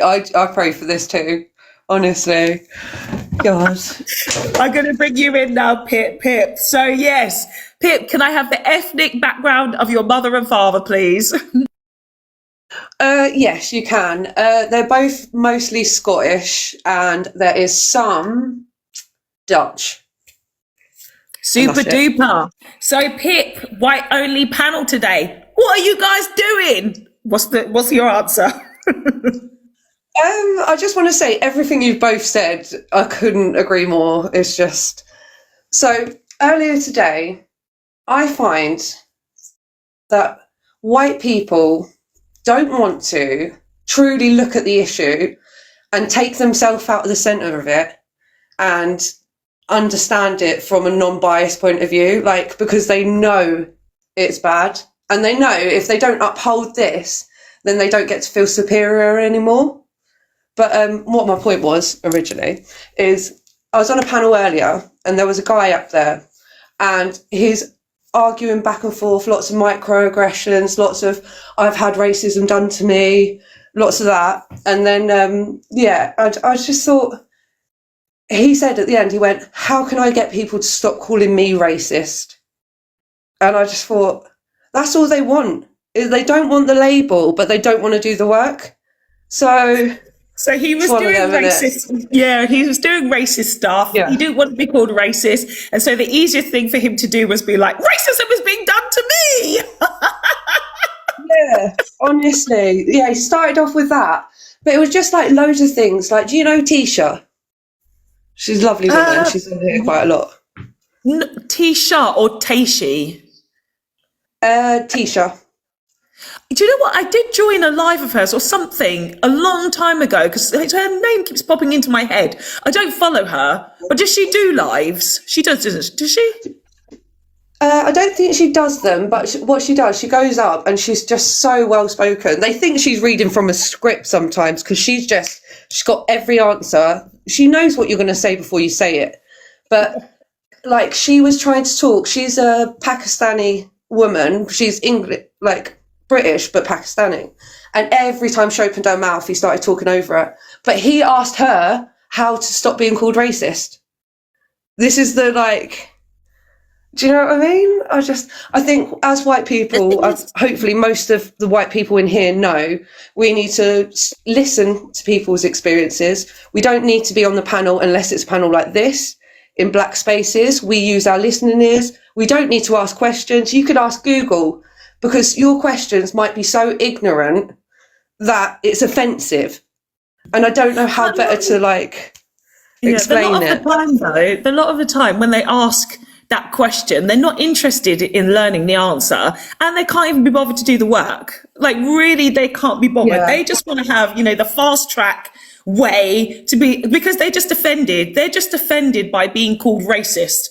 That's all they can think about. It's like, I don't like the feeling of being called racist. I don't understand what I'm doing because my reality has said that what I'm saying is acceptable. And all of a sudden today I wake up and suddenly I can't say the racist shit that I was saying for the rest of my life. That means I have to change my whole ideology, the way I think and feel about this particular person and this. And now I just can't say anything anymore. You can say a lot of shit. Was racism the only thing in your vocabulary?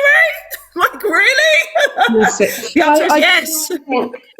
I think it is. They're uncomfortable, and also I think they're just what horrors we've put onto the world. They keep thinking that's happening to us. We're not being invaded. We're not being colonized. That's not happening to us.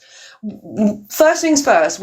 As white people in Britain, we all need to understand, me included. I have internalized racism. I have racism because I am a white person that benefits from systematic racism. What I do to try and help and combat that is listen to people. Sorry, my brain's just gone now. What was I saying? You're talking about how you combat racism in yourself, the things that you do to unpack that. Oh yeah, right. So that's the first thing we need to do is accept that. It's not a debate. It's not an argument. And we have to actively, this is what I was going into, be anti-racist. And what that means is recognising microaggressions, protecting voices that need to be heard and not centering ourselves and going, oh, I'm a good little white person because I don't say the N-word. No, that's not good enough. You need to understand that black women are dying, like giving birth. They're literally dying at I think it's like 1 in 4 or something like that. Why are we just saying it like it's normal? I think we really have been on top for so long that people have got their heads so far up their asses.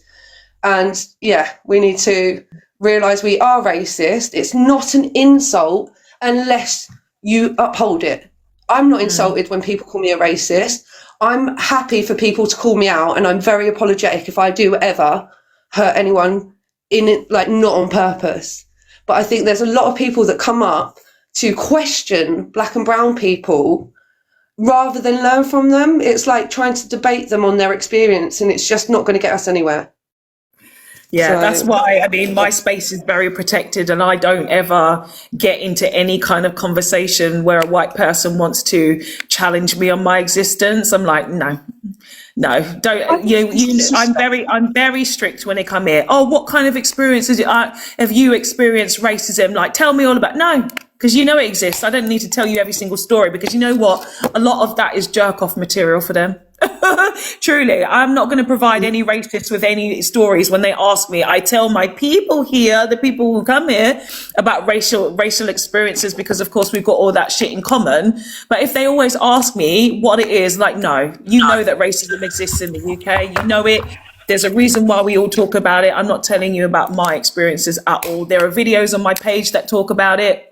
You can go there. There's always a prompt on my screen to tell you what the conversation is. And Pippa's right there about the fact that, people need to be anti-racist. They need to be anti-racist. And what that means is actively putting in the work to understand where racism sits in your community, in your family, in your government, in your schools, in your workplace. Looking at what that looks like, how it presents itself, and doing the work to change the systems. So, for example, if you're at work and you see next to you, again, if you've got a black and brown person and their boss comes along and says something microaggressive about their appearance or how they're doing all the work, or saying there's something wrong with their attitude, when you're like, hold on a minute, they've been fine. Microaggression. Are you going to stand up to that boss because you're a white person and you have more of the power to do so than the black and brown person? Because the black and brown person has got more likelihood of losing their job over standing up against this shit. Like, thankfully in the UK, there is some kind of employment protection, right? But that's only if you're at a job after 2 years, you have that sort of protection. But before then, are you going to be standing up for your colleagues? That's one thing. Are you going to be if you go on in a date, and if you're dating people outside of your race as a white person, are you going to be able to protect that person? Are you going to be able to understand their culture fully? Or are you just going to be with them because you like a bit of color? Are you fetishizing the people that you're interested in? It's not good enough. You have to be able to be anti-racist and actively working every single day to be able to understand people of different racial groups and different ethnicities and different religions around you, to be the best person on this planet, to be at one with humanity. It's really, really important. Okay, we're going to move to Gumball on the panel, please. Gumball at the top there. Hello there. Can I have the ethnic background of your biological parents, if you know them, please? Yeah, mostly Scottish. Okay, lovely, jubbly. Right, so what would you like to add to the conversation today? The question is, white people, what are you guys doing? Thank you. Yeah, well, obviously I agree with is it Pip and anti-racist mum. I think that white people are more scared about being called racist than doing something about it. They're scared of challenging. Sorry, Gumball, you've got a lot of background noise, Gumball. There's something you're doing. Let me take my headphones out. It might be my headphones. Let me try again. Thank you. It's very crackly. So sorry. 1 second.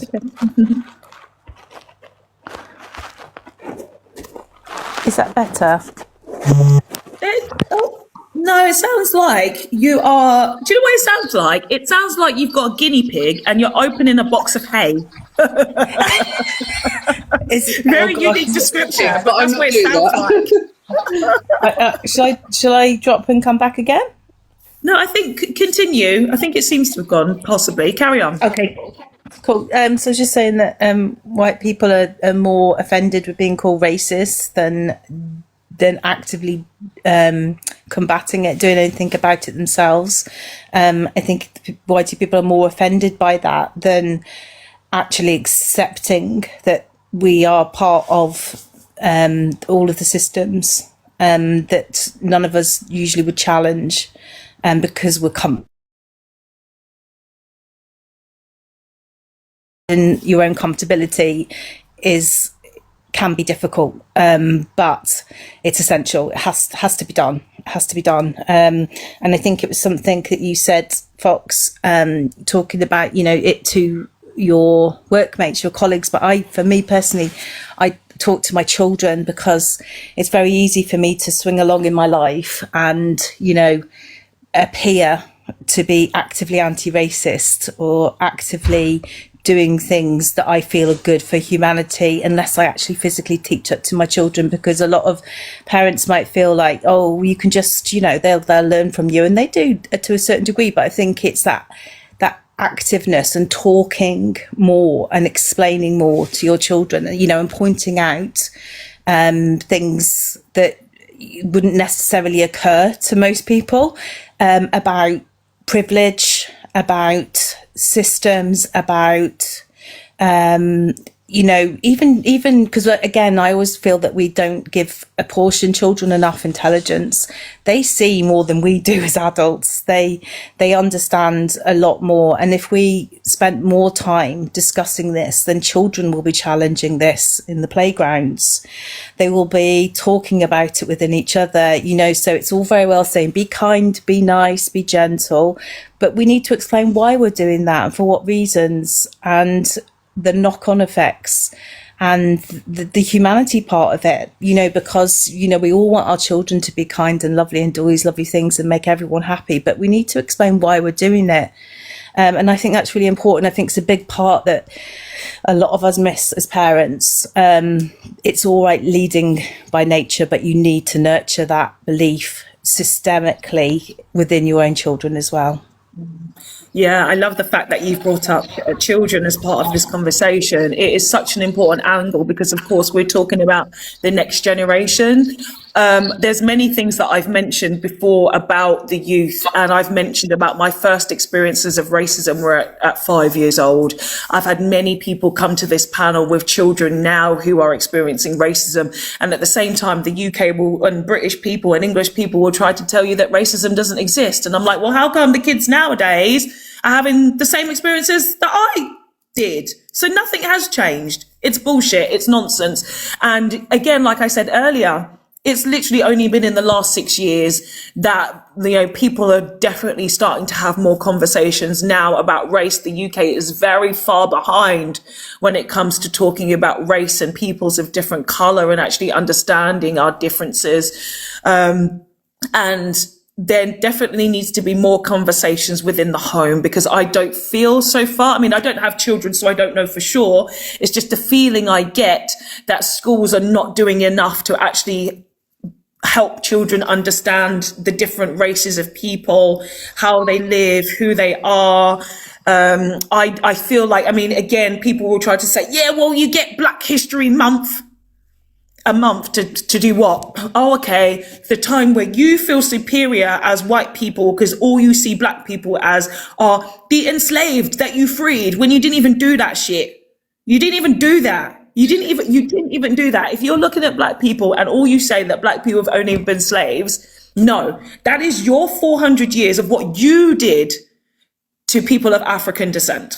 You did that. And you didn't end any slavery. You didn't mention about the fact that you colonized these countries first, which meant you were graping in them, you were stealing in them, you were murdering in them, you were essaying kids in them. You didn't mention any of that stuff. And then when you went as part of the scramble of for Africa, when the Belgium King Leopold II said, hey guys, let's stop fighting. Europeans, we need to stop fighting. Because guess what? In Africa, they've got all these beautiful resources. They've got gold, they've got salt, they've got fertile land, they've got oil, they've got all these amazing things. How about we come together, white men, let's come together and let's cut up that country for ourselves into the 54 countries that Africa has now. And guess what? Because there's slavery there, what we will do is we'll make it worse, because slavery already exists throughout the world, by the way, guys. Slavery already exists. There's some places that it has been kind of abolished, but in Africa, They have things like indentured servitude, which means that they're actually just like doing some bits and pieces around the house for their masters. And guess what? They get free. They get free. Or sometimes they have a bit of a prison sentence and they have to do some slavery as part of it. So somebody else is maybe a prostitute and they're enslaved for a little bit and they're free. And that's it. It's temporary. But what we'll do is Eastern Europeans is we'll introduce chattel slavery because we don't respect black people. We see them as property. So what we'll do is we'll manipulate the African leaders. We'll say, hey guys, we know that you guys have slaves as well. We got slaves in Europe, but we like the look of you guys as ones over here because you've got a lot of shit here, but we won't tell you that we plan on taking your shit. What we will do is we'll start trading as well. We'll trade you for slaves. We'll trade you because we've always done that. Romans were trading slaves. Arabs were also trading slaves. Africans were trading slaves. Let's do that too. We'll give you some stuff. We'll take the slaves. But we won't tell you that we're taking them out of Africa. We're transporting them thousands of miles. We won't tell you that 12 million of them will die in the process of just the crossing. We won't tell you about the boats that we're going to put these people in. We won't tell you that even on the boats, we're going down into the cellars, into the bellies of the boats, and we're raping women along the way. I don't know if you guys know where the saying nitty gritty comes from. It comes from there, by the way, because at the bottom of the boats, there was all this grit. And so they were getting down to the nitty gritty, which basically means graping enslaved African women on the boats. That's where that phrase comes from. I don't know if you guys know that, so don't use that phrase. I actually learnt that from my white theatre. Yeah, my white theatre studies teacher taught me this when I was 18 years old. We were doing this play and he read this phrase and he said that and then he said, don't use that. So I like my white theatre studies teacher. He was great. Yeah, that's when I learned that. And so, yeah.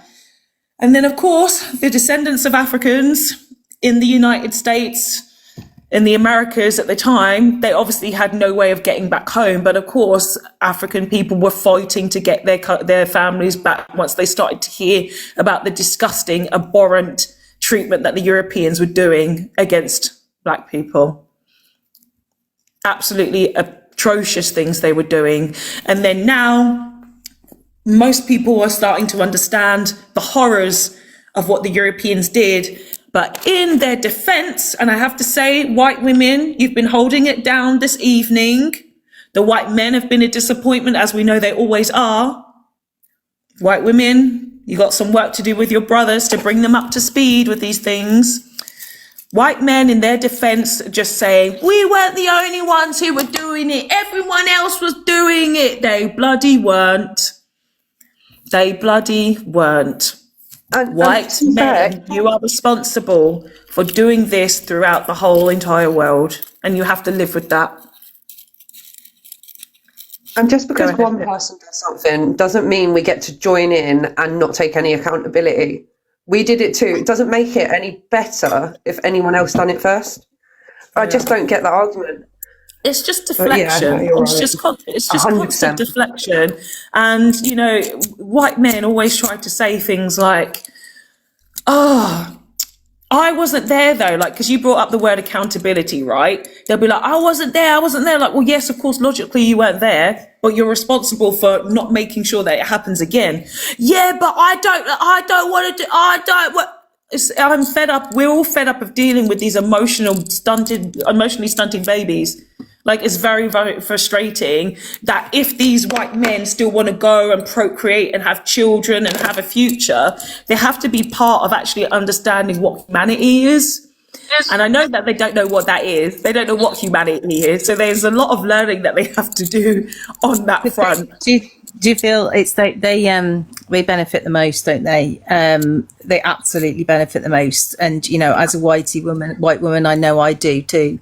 But they do. They have all the power, and it's going to take a lot for them to give it up. You know, it's massive, and you're right, you know, but I think that when I talk to people, it's met with downfoundment, or they're confused, or oh, I didn't know that, and it's like, and that's as far as the conversation goes. There's no more unpacking, there's no more conversation, and that's the limit that you're met with. And it's really, really difficult because, you know, I've lost friends, and I'm losing more and more, and I don't care, I'll be honest with you, because, you know, I feel that recently with the Raise the Flags crap in the UK, you know, that's a what's the word, safe word for me. So if you're doing that, yeah, you're out, you're not part of my life.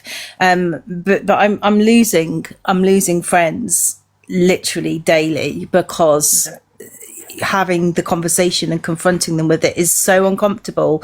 They would rather lose someone in their life that has contributed and you know, done everything you should do as a friend, than actually face the fact that they are going to lose their power. And that speaks, once I know that speaks volumes.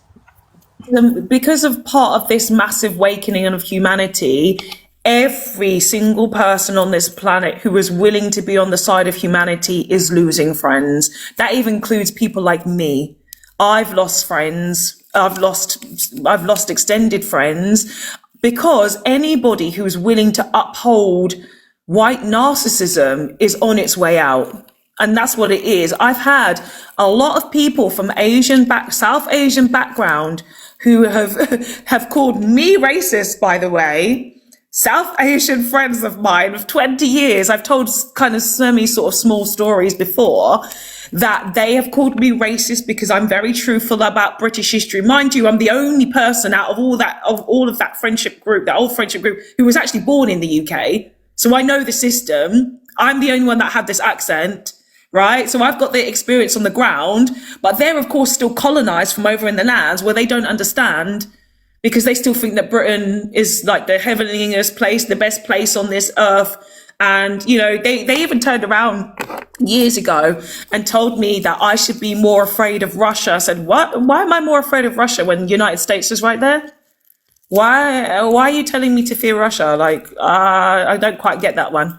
Because of this, why is it? Like, yeah, but America's there and you live in Britain. Like, these countries have done a lot more to humanity than Russia. Like, of course, I got my eye on Russia a little bit, but not as much as these guys over here, you know. So exactly, hermits are human. Good to see you. We are in the belly of the beast. We are. Right, we're going to go to M Lash, and then we are going to wrap up the live. So M Lash is the last guest today. M Lash, how are you today? M Lash on the panel? Hello, M Lash. I've asked you to unmute. Are you there? No, M Lash isn't there. 5, 4, 3, 2, 1, disconnect. Right, thank you so much, everybody. Thank you for coming. Thank you for being here in the conversation. I really appreciate everyone who's come up on the panel, everybody in the chat. Thank you so much, mods, as well. I've seen you've been really good today at stopping the racist. Thank you so much. The team is coming together so nicely. Really appreciate it. Thank you, Ambreen. Thank you for being on the panel, Gumball, and Pip as well, for wrapping us up today. A descendant of the oppressors. One day I do hope that you come to panel. I really, because especially your username, descendant of the oppressors. I would really love to hear from you one day. Paulie, good to see you. Yeah, it's been a really, really interesting conversation today. It actually could have been worse. You're right, Hermit Sapien. In the beginning, of course, there was a lot of triggered racists, but I think you guys were saying in the chat that they've gone to catch their eggs or whatever, to go and collect their eggs, because of course it is Easter Monday today, for those of you who celebrate or who are just interested in the capitalistic version of what the celebration of Christianity is, because you're a fake Christian, you are a pretendian of Christianity, and you're just interested in chocolate eggs. But yet at the same time you try to say it's a Christian country, we've always been a Christian country. Stop lying. Stop lying to yourselves. Stop lying. And the fact in the UK, isn't like Easter eggs being sold like 12 months of the year now, because they need to make money. It's not even like being sold at the right time of year. And your Easter eggs are like £20 now or something crazy like that. It's crazy. Right. Thank you so much. The resistance, by the way, I'm just going to say one last thing to this resistance person. You're one of the biggest racists on it, LOL. But the resistance, you've been here, I think maybe the whole time, or you went away and you came back. So if I'm so racist, apparently in your mind, why are you here? Why are you here? Oh, the resistance has requested to come up. Should we see what the resistance has to say? We'll have one last person. The resistance, can I have the ethnic background of your mother, biological mother and father, please? I'm not that stupid. They are human. They're part of the same human species. You know, whether you want to be stupid and say they're white, black, brown, or what, they're part of the same stupid species who fights over the same stupid shit. You know, but the resistance, are you capable of hearing yourself speak? Are you capable of doing that? The resistance, are you capable? Do you hear yourself when you speak, or no? Replying, I do listen to myself. I do hear myself speak. Do you hear yourself speak with some of the stuff you've said this live? Of course I do. So the question I asked you, if you can actually hear, because you say that you hear me, right? You hear me. Yeah, I hear you. The question I asked you was, what is the ethnic background of your parents? Not the race, the ethnic background of your parents, please. They'd be from Britain. So British, but which nationality inside Britain? English, Irish, Welsh, Scottish? It's a mix of all of them, because my family comes from every part of this island and beyond. Okay, every part of this island. So the question today is white people only panel. What are you guys doing? Well, stupid white people, yes, stupid white people, not the average white person, but yes, for stupid white people, they push stupid narratives that fit their, what they're thinking in their head, because they're too stupid like other people to wake up and realise what's going on. And what is going on, the resistance? What is going on? Black, white, brown people, let's put it into classes. The poor people of this earth, the slaves of this earth, are fighting over each other. They're fighting over race. They're fighting over nationality. They're fighting over all stupid social constructs that have been created by the hierarchy to keep me and you fighting against each other while they run to the bank. Are you fighting? As you can see, the resistance, if you go through my thing, I'm trying to wake people up, I'm trying to bring people together. Instead of, having that dog mentality of let's blame the black people, or woof, woof, woof, there's another dog over there, let's blame the white dog. Oh, you've got a guest violation, by the way. He just got a guest violation for being hateful. So, Descendant, the resistance. So the thing is, right, the resistance, if you actually manage to kind of calm yourself down a little bit, you probably would be more on the right path, because some of the stuff there you were saying was correct. But you're too angry, man. You're too angry.